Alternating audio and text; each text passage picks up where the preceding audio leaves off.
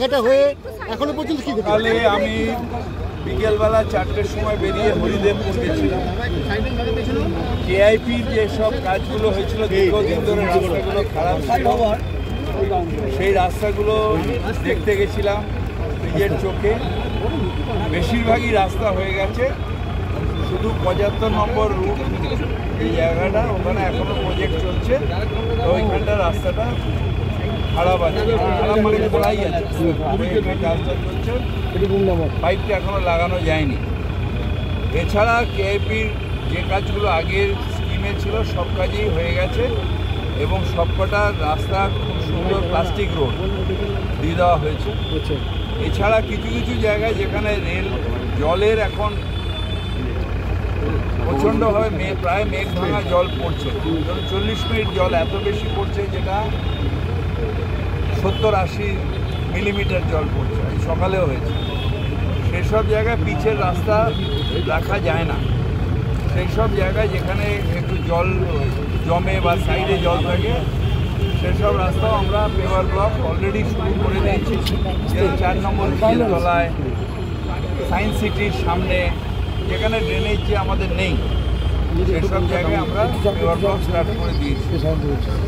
আর যেহেতু কলকাতায় ম্যাস্টিক করা যায় না, তাই পেভার ব্লকের উপর আমাদের করতে হবে, কারণ আমাদের টার এটা জলের সাথে নষ্ট হয়ে যাচ্ছে এবং অনেক ইউটিলিটি কলকাতা শহরে আছে, যে কোনো ইউটিলিটিতে একটা গর্ত করলেই জলটা ভেতরে ঢুকে গিয়ে কলকাতা শহর হচ্ছে গঙ্গা মাটি, যে মাটিটা একটু জল পড়লে ডাইলুটেড হয়ে যায়, তাই রাখাটা খুব চ্যালেঞ্জিং। সেই জন্য আমরা অল্টারনেটিভ ভাবছি যে বেশিরভাগই জায়গায় আমরা ওটাকে বলা হয় কংক্রিট ব্লক, পেভার ব্লক দিকে কংক্রিট ব্লক না, ওটা কংক্রিট ব্লক, সেই কংক্রিট ব্লক রিপ্লেস করে দেবো। ওইটা নিয়ে একটা বড় শিডিউল হয়েছিল, সেটাও আমরা কেটে বাস্তবটা দেখে যারা ম্যানুফ্যাকচারার তাদের সাথে কথা বলে একটা করেছি, যাতে আমাদের প্রায় কাছাকাছি, যাতে আমাদের যেটা ভিটামিনের যা খরচা তার প্রায় কাছাকাছি হয়ে, সুতরাং এটা করা। এবং আরেকটা হচ্ছে যে যখন এই ইউটিলিটিগুলো প্রায় কাটতে হয় কলকাতার রাস্তায়, সেই সব মানুষগুলোকেই দিয়ে দেওয়া যারা ওই রাস্তাটা 5 বছরের জন্য মেনটেন করবেন এবং যতটা করবেন ততটা আবার আমরা ওই রাস্তা যে এজেন্সির জন্য খোঁড়া হবে সেই এজেন্সির টাকাটা ওনাদের দিয়ে দেওয়া হবে। যেখানে যেখানে একটু জল জমার সম্ভাবনা আছে বা বৃষ্টিতে রাস্তা ড্যামেজ হয়ে যাচ্ছে, আগে একটা সময় ছিল ম্যাস্টিক করতাম, কোনো অসুবিধা ছিল না। এখন যেহেতু ম্যাস্টিকটা এনজিটি মানা করে দিয়েছে, তাই আমরা অল্টারনেটিভ পেভার ব্লকের দিকেই যাচ্ছি। আস্তে আস্তে পেভার ব্লক যাবো। এখনও আমি পুরো হরিদেবপুর ঘুরলাম, 16 নম্বর ওয়ার্ড, 11 নম্বর ওয়ার্ড, 12 সব রাস্তায় মোটামুটি ঠিক আছে।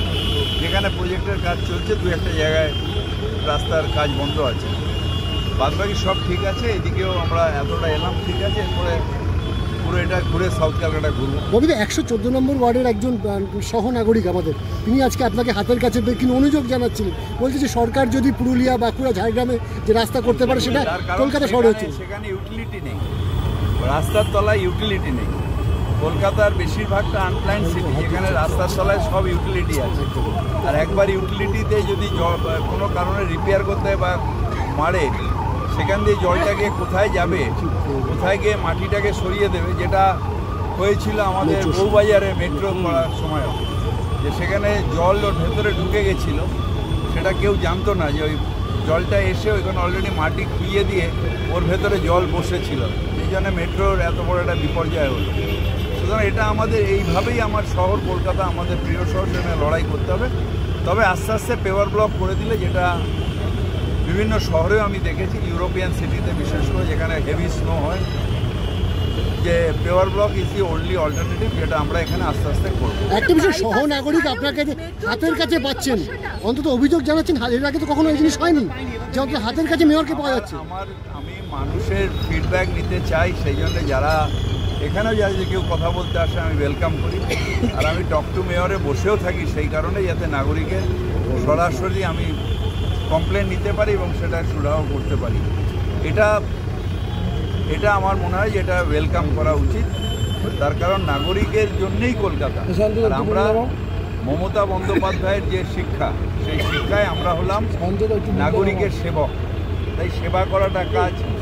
সুতরাং যাদের সেবা করবো তাদের যদি কমপ্লেনটাই না পাই তাহলে সেবাটা কি? হরিদেবপুরের রাস্তা কি খুব খারাপ দেখলেন? খুব ভালো রাস্তা, খুবই ভালো রাস্তা। একটা রাস্তা সব প্লাস্টিক রোড হয়ে গেছে। না, উনি বললেন যে যেটা যে বাইরের রাস্তা সারা বাংলায় খুব ভালো, কলকাতায় রাস্তা কেন এরকম এক একটা? যে কলকাতায় ইউটিলিটি আছে, বাইরের তো ইউটিলিটি নেই। বাইরে আপনার ঝড় হলে লাইট চলে যায়, কিন্তু কলকাতায় যায় না, তার কারণ আন্ডারগ্রাউন্ড কেবল আছে। আবার সেই কেবলটা উড়ে গেলে তো আচ্ছা, পুজোর আগে তো বৃষ্টির একটা আগাম পূর্বাভাস দিচ্ছে আবহাওয়া দপ্তর। এখন যা অবস্থা, এখন আর কোনো অসুবিধা নেই। আর আমরা ড্রেনেজ সিস্টেম পুরো পারফেক্ট হয়ে রয়েছে। আপনি দেখেছেন এবছর এত বৃষ্টি হওয়ার পরেও সেরকম জল জমেনি। 2-1 ঘন্টা 4 ঘন্টা বা হাই টাইড লো টাইডের ডিফারেন্স ছাড়া জল জমেনি।